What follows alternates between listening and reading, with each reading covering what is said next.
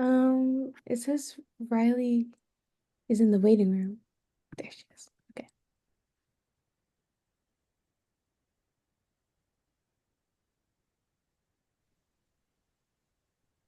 Oh, hi. How are you? Good. How are you? Good, thank you. All right, are we gonna wait for some people to get in, or are we just gonna get started? Uh, I think we're waiting on just a few more people. All right, cool, cool. Yeah. How are you? Pretty good. It's been busy, but not bad. I've been on like back-to-back calls all day today, so it's been a little bit crazy, but lots to do, so that's a good thing. Of Well, thanks for coming here today. We're course, very I'm excited. Yeah, and thanks again for having me. I'm very honored. Makes me feel very professional. Okay, do you want to start and then as people come, they can just join the conversation? Yeah, totally. Okay. So, welcome everyone. Today, our guest speaker is Riley. She is a marketing and promotion specialist at the National Auto Sport Association, or NASA. She's a junior at the College of Journalism and Whoa, that was a hard word. Communications at UF, studying advertising. So, thank you for talking to us today. Yeah, hey guys, it's nice to be here. So, like Elsie said, I am a junior at the CJC. I am graduating in December, so I don't really know what that makes me, but graduating soon. We're not far out. And I do work for the National Auto Sport Association, like you said, also called NASA. That's pretty much how we're known everywhere. Not to be confused with the rocket ship people, though. We're not the rocket people. But yeah, so we are a amateur racing sanctioning body. So we do all kinds of stuff like HPDE, time trial, a lot of the spec classes. So American Iron, Spec E30, Spec 3, Spec Miata. We do all that kind of good stuff. But HPDE is really our bread and butter, and education is a very big focus for us. So I interned with NASA last semester, and they brought me on in January as their marketing and promotion specialist. So we're just about like a month and a half into my permanent role. So it's been pretty exciting. It's been pretty crazy so far. Elsie, do you want me to just jump right into how I got the internship, or do you have any specific questions? Yeah, go ahead. Okay, cool. So I kind of got the internship in like a weird way, which I feel like is pretty common. A lot of people you will talk to in motorsports kind of had a very different path into the industry. Like no one ever just goes into motorsports by like applying to a job. I feel like there's always some kind of story behind it. So my story was my dad raced with NASA back when I was a kid. So in 2010 through 2012, he raced a BMW E36. So for all my BMW people out there, and I was kind of new, like I wanted to do something in motorsports and with cars, but I was not an engineer. I do not have an engineering mind at all. I'm definitely more creative, like more of a writing person, more of a marketing person, obviously, because I'm studying advertising. So I was like, well, I don't really know how to make cars work with that because I think a lot of us kind of have this idea that you have to be an engineer to do that, or you have to have so much experience in marketing to get into motorsports. But that's really not the case. Like there's obviously a need for all kinds of different roles. Um, but I was kind of lucky because I had a connection into the world of NASA because of my dad. So I sent them a cold email in July, and I was like, "Hey, like my name's Riley. Like this is what I do. Um, here's what I want to do for NASA." And I attached my resume and some contact information, obviously. And then they invited me to an interview, and I got the internship. And then it was kind of a whirlwind from there. So I guess if we want to talk about cold emails a little bit, we can. Or if you guys just have any questions right off the bat, we can go into those. Okay, let's go into the cold emailing. Like how Yeah. you phrase that, how that worked. Yeah. I don't remember the exact phrasing, but the main chunk of the cold email that I think really just got me a foot in the door was I went out of my way, like I took the time to go do a full, because what I wanted to do for them was social media primarily. So I went through all of their social media. I did basically a mini social media audit for them, which if you don't know what a social media audit is, it's basically going through social media accounts and saying, okay, like this is the engagement rate, this is the type of content that does well, this is what doesn't do well. Here's what might be lacking. Here's some messaging that's working or not working. And you can find a lot of information about that online if you just look up like how to do a social media audit. Like I had never done one before, and I just watched a couple YouTube videos. They're not that hard once you get the hang of it. But I think the key, no matter what industry you're going, not industry, what path you're trying to go into in motorsports, finding a problem and offering a solution right off the bat. That proves to whoever you're contacting that you, A, know the business, B, you have a problem solving mindset, which is really important to employers, and C, you already have an understanding of the inner workings of the business. Obviously, you're kind of here on a third party perspective, but you can still sit here and address problems and figure out solutions to them. And that shows employers that you're actually interested in the role and engaged, and you're offering something to them right off the bat. Like you're not just going in just because, or like because you're reaching out to as many people as you can, which that might be true. Like you probably are emailing multiple people, but you kind of want to make it seem really individualized and make it seem like you have you kind of already have a plan of what you want to solve in this organization. So that was how I approached it. And then obviously I name dropped my dad a little bit and was like, my dad, raced in NASA when I was a kid. So I have family ties to the organization, blah, blah, blah. Um, so that was kind of how I did it. And I think that format works well. I mean, obviously it's a cold email, so not everybody is going to have the bandwidth for more employees or a position for you in the company, and that's okay. But somebody will, or somebody will be willing to take you on as an intern or as a shadow or even just as a volunteer work. Like all of that stuff will still look good on your resume, but you just have to be careful, I think, to not assume anything. Like you can't go in it and be like, hey, like I want a job, like hire me. You have to kind of go in and be open, leave it a little bit open ended, like, oh, I'm interested in any potential opportunities uh, doing XYZ, whether it's engineering, whether it's marketing, whether it's operations, whatever it is that you do. Go in it a little bit open ended. Don't make the jump that you're going to get a job from this right away because you might not. Um, so I think those would probably be my cold email tips. You guys are more than welcome to shoot me an email after this if you want, if you have any more questions about that, or if you want a little more specific advice, because I know that's kind of vague. And I could dig up the email if you guys wanted to see it. Thank you. Um, Yeah. so what classes have you taken at UF that have really helped in your position now? I would say most definitely writing for strategic communicators. I don't know the course code, but that one was really big for me. It was one of my first real major classes that wasn't a gen ed. I mean, not it's obviously required for my degree, but it was one of the first ones that I was actually like, okay, like this is what I'm going to be doing on the daily, and just getting involved in the industry a little bit more.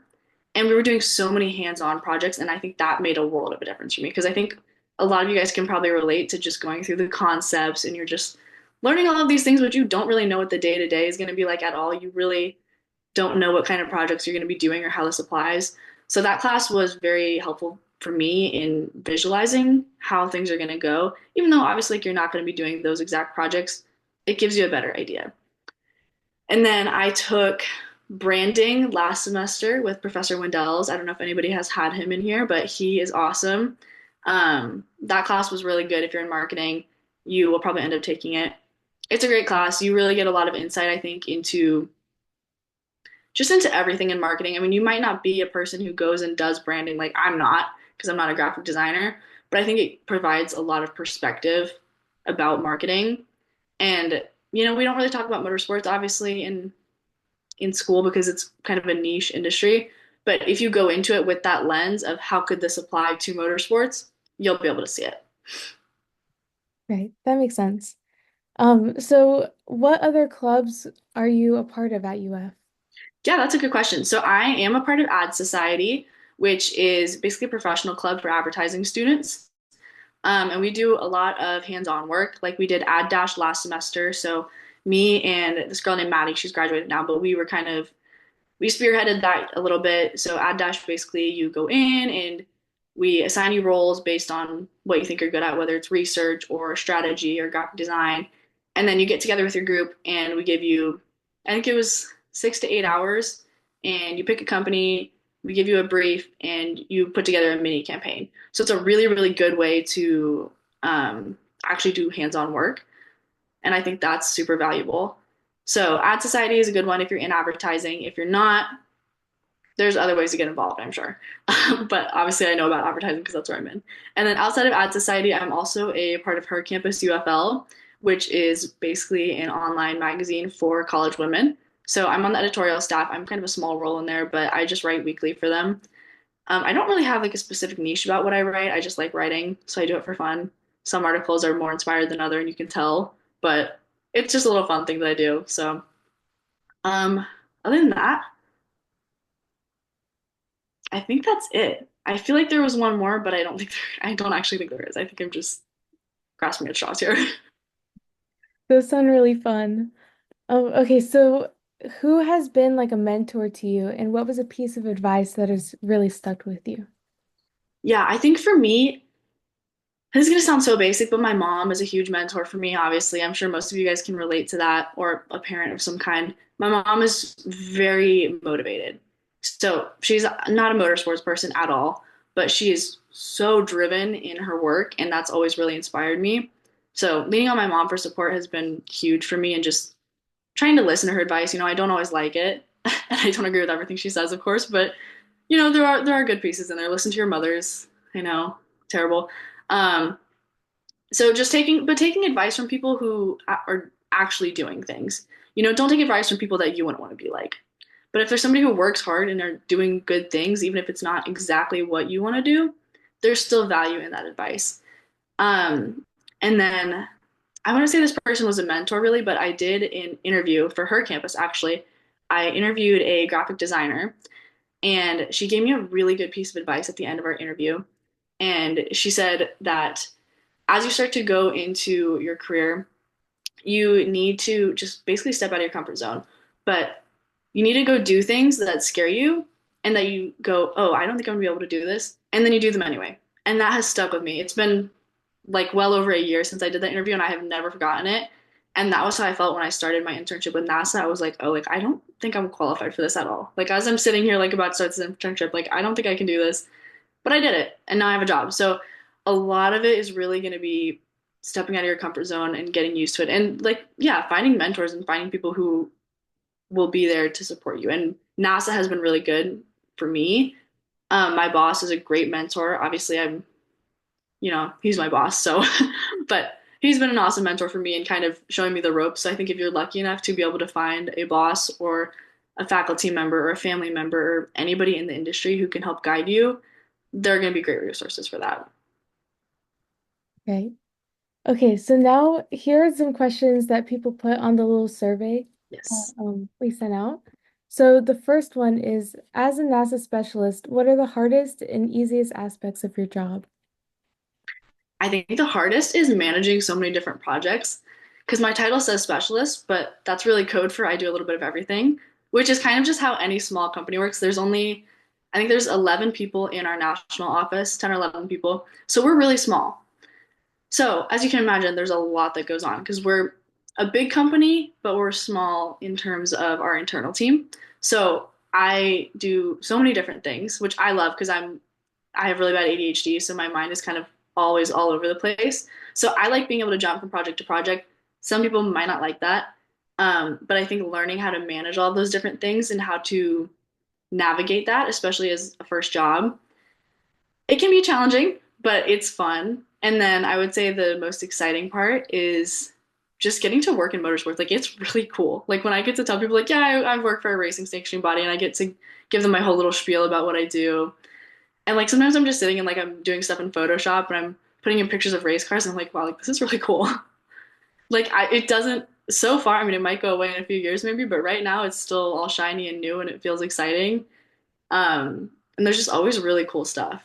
And the travel is a really big perk for me too. Not every company is going to be like that, but I think motorsports and really in any sport, the travel is huge. So if you like travel, great industry to be in because there's always stuff, whether it's a race or it's SEMA or PRI or any of those conferences, there's always stuff going on that you can be traveling to. Yeah, that sounds like a really fun career. Yeah, it definitely is. So, what advice would you give to students looking to start their career in sports marketing? Yeah, I mean, kind of similar to what I said earlier, just you're going to be a little bit afraid of the things that you have to do to start your career. And that's part of it. Like I was like that. There are still times when I get projects and I'm like, I have no idea how to do this. And you just kind of have to figure it out. So be resourceful. I think that's gotten me a really long way. I will figure it out. Even if that means, I have to go text my boss and be like, hey, I tried to Google this and I don't know how to do it, or trying to ask people around you. Use your resources, ask your boss if you need to, but give it your best effort to try and figure things out before you go and get help. Be an asset, whether it's in a club or if it's to faculty. Figure out how to make yourself useful to the people around you, and that'll get you a long way too. It'll show that you have work ethic and that you're motivated. And then, as far as actually getting into sports or motorsports specifically, that one's hard because there's so many different ways to get in there. But I think connections are important, and that sounds hard to have to go and make connections because it is. And like, I'm kind of a shy person, so networking is hard for me. But go on LinkedIn, send people messages. It doesn't hurt. They might not respond. I've had so many people not respond to me on LinkedIn, but you might just get somebody who's, even if they don't want to have a conversation with you, they might just be able to refer you to some helpful tips or give you something. Obviously, you're not going to be on LinkedIn like scouting for jobs, but most people will be okay with sending a couple messages to give you some advice on their career or to set up a quick call with you. So don't be afraid of that. Make connections, talk to people. I before I had my internship, like I threw motorsports and cars into like every conversation that I could just to see who might know somebody or who might know something. So I don't think that hurts either. Just you have to kind of form that path for yourself and it's going to look different. But if you're determined, you'll find a path into it. That makes sense. And then the last question that was put on there is more of a fun question. So, what is your favorite motorsport, favorite team, favorite driver? So, favorite driver, this is probably kind of basic. Charles Leclerc. Love Charles Leclerc. Um, Favorite team is kind of hard. I honestly have been lacking on my F1 watching game lately. Uh, I have been doing a lot more NASCAR watching lately. I don't know. I've been watching Full Speed on Netflix. It's really good if you need a recommendation. It's kind of similar to Drive to Survive, which is kind of funny from a marketing perspective, actually. If you watch Drive to Survive and then you watch Full Speed, you'll see a lot of similarities. And you'll see that NASCAR is trying to pull the exact same card that F1 did to bring them back into the public eye. So, kind of interesting from a marketing perspective. Um, yeah, I don't know about favorite team, but favorite driver, favorite car, kind of all. I lean towards Ferrari generally. Um, this might be controversial. I don't like Lewis Hamilton, in case anyone was wondering. He's a good driver. Objectively, he's a good driver, but I just do, yeah, he complains to the FIA too much. That's my hot take for the day. Um, my favorite car outside of actual racing, probably the BMW 2002 Turbo, which not to be confused with a 2002 as in the year, but the 1976 2002 Turbo. Gotcha. Yeah. Okay, so that was all the survey questions. So, Barbara, Izzy, do you have any questions for her? Okay, yes, if I could know how to work Zoom, I don't ever have to do this. I actually, yeah, just the thing that popped into my head was you're talking about you're graduating in December. Yeah. And you talk about like just throwing motorsports into all these conversations. And I know you've got like a good, like that seems like a really cool job now. Do you have any sort of like is there like a path you're looking at of like a next step? Are you working on trying to get towards like F1 or IndyCar or like moving somewhere else? Like, is there just any sort of goals or fun things you've got that you're looking at? Yeah, right now, so like you said, yeah, I graduate in December. So my plan with NASA is, so right now I'm part-time. Till I finish college, I'm part-time with them. The plan is for me to transition to a full-time role after that.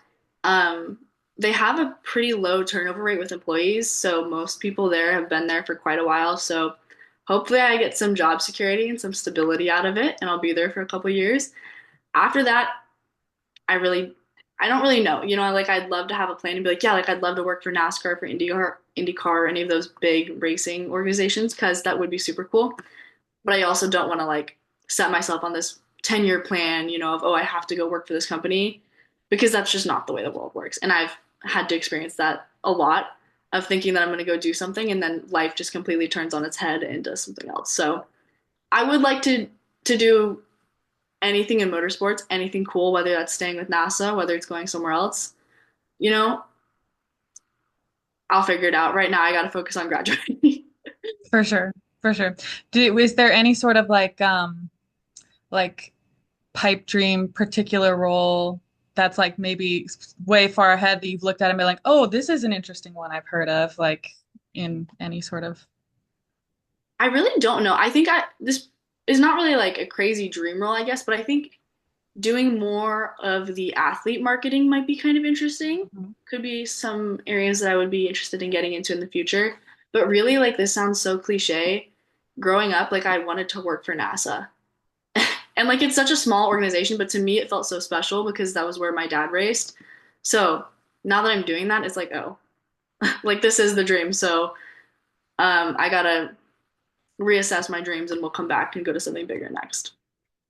But good That's question. amazing that you're like living your dream right now. That's I so know, which cool. is like it's a small dream kind of, I guess, but it's definitely really cool for me. There's a lot of sentimental value. That's very cool. I'm very happy for you that you're there Thank right now. you. Okay. Um, Barbara, do you have any questions? Yeah, I do. I just wanted to ask, like you said, it was your dream to work for NASA because of your dad. Like, had it always been something to do? Oh my God, sorry. No, you're good.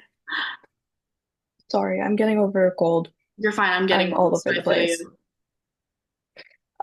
Had your like dream job always been like something to work creatively with NASA, or was it just like No. going for engineering, something Oh like my that? God, no. I went through so many different like career ideas growing up. I was always on something new. Like I wanted to be a chef for a while. Like this all started back when I was like 12, and I started getting all these crazy like career ideas. So I wanted to be a chef for a while. That was a big thing. And I wanted to be an actor, and that was in high school. Like acting was my big thing, like theater, screen, whatever. I really wanted to do that. And then that was also kind of around like high school was the same time when like obviously I was about to get my driver's license, so I started getting more and more into cars. And then just other life things were making me fall out of like the acting and theater world. And so I was like, oh, like this car thing could be kind of interesting, but I'm not an engineer, so that's not going to work. Like I guess cars will just always be a hobby.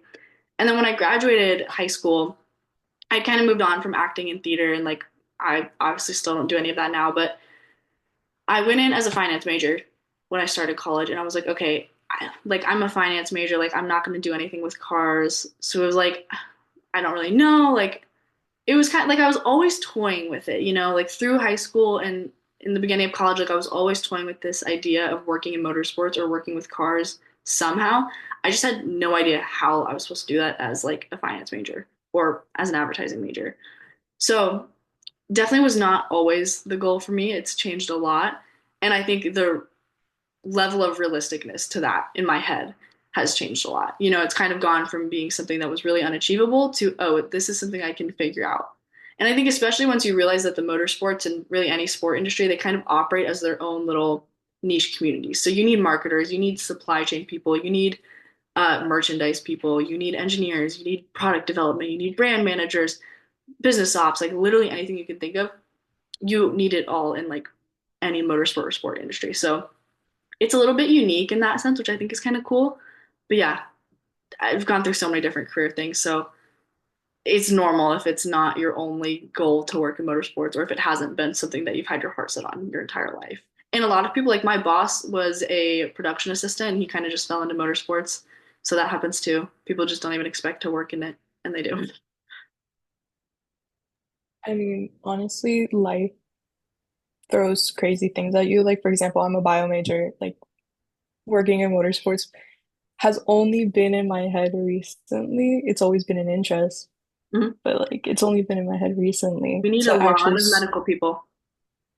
So It's important. Those are like really the important people in motorsports. We want to keep the driver safe. So, like, that's a perfect example. We need people in literally any field, and there's probably a role for you. So, Y- Yeah, I wanted to work in pharmacy though. That's always been my thing. it's actually funny you say Um, that. I thought about pharmacy for a little while too. I was not smart enough to make it through all those chem classes though, so you're brave. no, I'm feeling it right now. I'm feeling it hard. You know, it's always those moments at night where you're like, "Ooh, what if I switch my major?" hmm You always can. I did. I switched I switched schools and majors. So, don't be afraid of that either. Like your path can change and it probably will. And I know that can seem really scary, but you'll be okay. Like I'm very much a believer of you'll figure it out. You'll be fine. You just have to kind of trust in the process a little bit. But yeah, that's a really good example. Being a bio major is a great example of all the different kinds of needs in motorsports. Okay. Well, that's all the questions that we had. So, do you have like anything else you want to say? Any closing Yeah, statement? any closing thoughts? I feel like really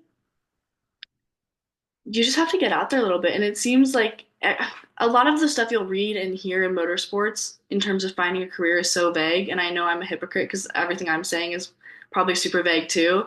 Of like, oh, you'll figure it out. But it's really, I think it's difficult to just apply to jobs on Indeed for motorsports and actually get in. Like, you have to show people that you're interested in motorsports too. So any volunteering, whether that's at a track like NASA, we take volunteers all the time. So whether you're volunteering with NASA or the SCCA or with any car clubs on campus, put that stuff on your resume and use it to your advantage because that shows that you're not just qualified for the role, but you also are motivated to work with cars. And that passion makes such a difference. So I think that would be my final statement. Okay. Well, thank you so much for talking to us. I Of I course. learned so much. Yes, Um, I'm so excited to have talked to you guys. And I don't know if you guys have my email or not, but feel free to add me on LinkedIn, send me a message, whatever. I'm happy to answer any specific questions or give advice about emails or whatever it is. I'm more than happy to do that. Thank you. Cool. Okay. Well, All right. thank you Thanks, so much, guys. guys. Bye Have a good bye. Bye. Have a good week, everyone. You too. You too.